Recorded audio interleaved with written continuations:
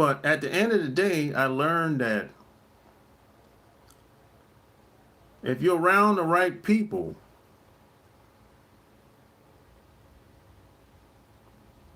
you can get a lot of shit done. It's really, I don't care what the circumstance may be, I don't care what it is. If you're dealing with the right people or the right person, there's a pretty good chance you're going to find a way to get past and succeed with whatever you have in front of you. A lot of times we don't succeed because we're not around the right type of person or the right types of people. And see, that's where the problem comes in at. That's why we fall short. That's why we fall short a lot of times, because we're not really, the person we laid up with ain't the right person most of the time. The person we laid up with ain't really committed to what you have going on. They might have gave up a long time ago. They got beat down through life. After 2 kids, she done gave up. She done thrown the white towel after 2 kids. She tired now. She tired at what? 45 she tired. You know what I'm saying? Shit, we just getting started. And she already gave up on you. So see, that's a problem. She gave up before she hit 40. So that's a problem right there. You laid up with somebody that ain't really trying to do much no more. That's a problem. And now, so you working, and maybe she's working too, right? So you go, you know, and see you at the job, and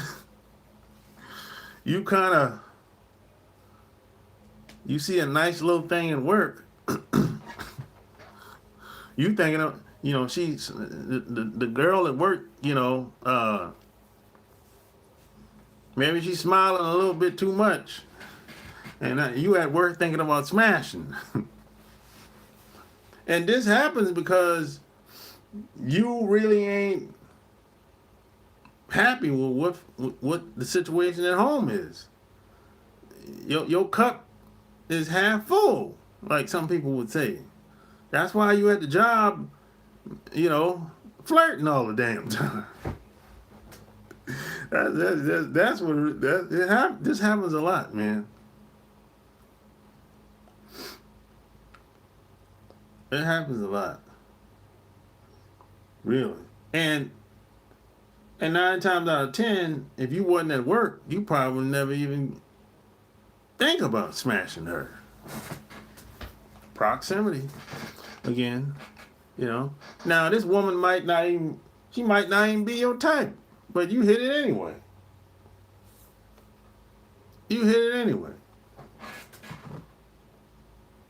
Damn, this shit slow. You hit it anyway, right? Because it's like, damn, I ain't got too much else going on, so why not? She lived by herself. You go over there and hit it every once in a while. You know? And you kind of do that because a lot of guys do this because it's just to keep them going, basically. It's just to keep them going. Keep their sanity. Basically, yeah, really. It's to keep, if she might be backed up, you might be backed up. You know? So people just, it's more of a coping mechanism for a lot of people. Just something to do? No, a little bit more than that. A little bit more than that. It's more of a coping mechanism. You know, a lot of people, man, if they don't get some type of physical attention from the opposite sex, man, they'll start losing their damn minds. Some people are like that. If they don't get attention from the opposite sex over an amount of time, like years might go by, they'll start getting a little loony. So having a side chick, it does help. Having a side dude does help some people. It does. I know some people, man, if they go without attention for so long, they'll start acting acting loony. I'm like, yo, you okay? They start doing weird shit, start buying weird shit, things that they don't normally would buy, or start acting in such a way where it's like, what the hell? It's like, this is, I don't know. It's done. And see, this is where the alcohol and the dope comes in, and the pills come in. People start experimenting with different things, and you be like, what the heck? What the hell going on, man? It's because they got to direct that attention to somewhere else. So that's where the alcohol abuse come from.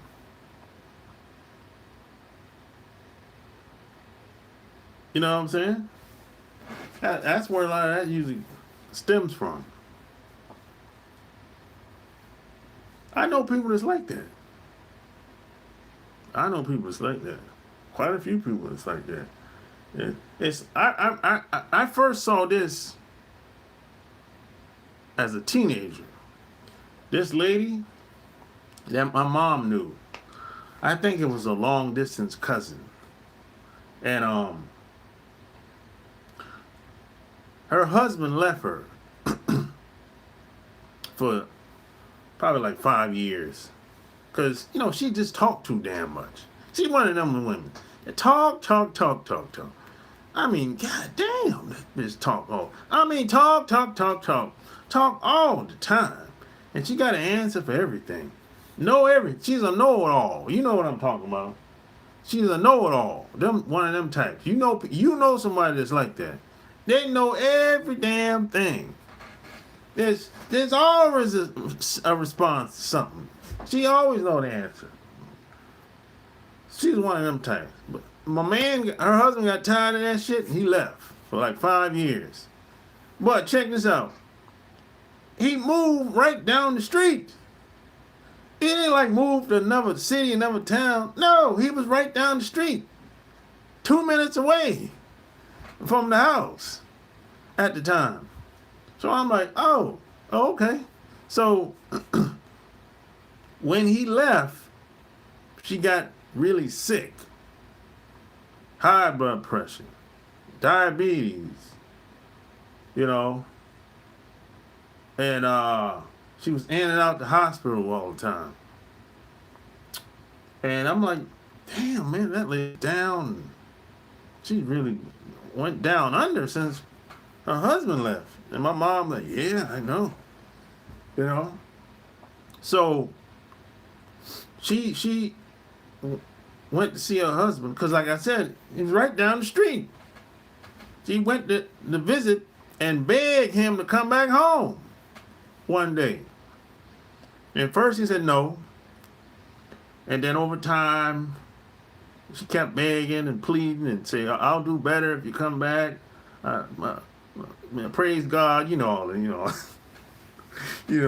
how them church folks do, So she was begging for about probably like 2 years. And by the time I went in the Navy, he went back home. And 2 years go by. By the time I got back home, don't you know, this lady wasn't sick no more.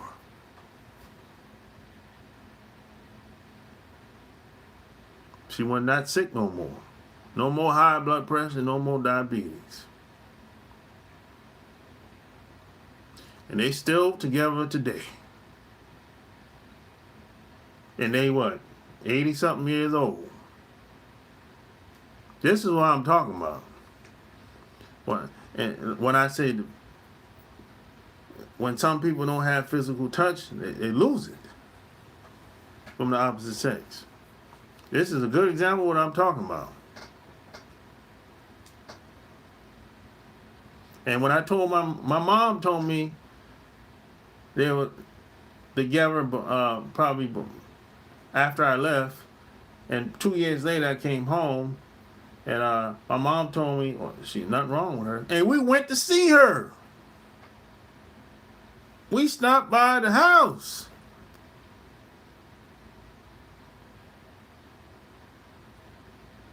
That's what I'm talking about. When I say some people, if they don't have that physical touch, bro, out from the opposite sex, they'll lose it, bro.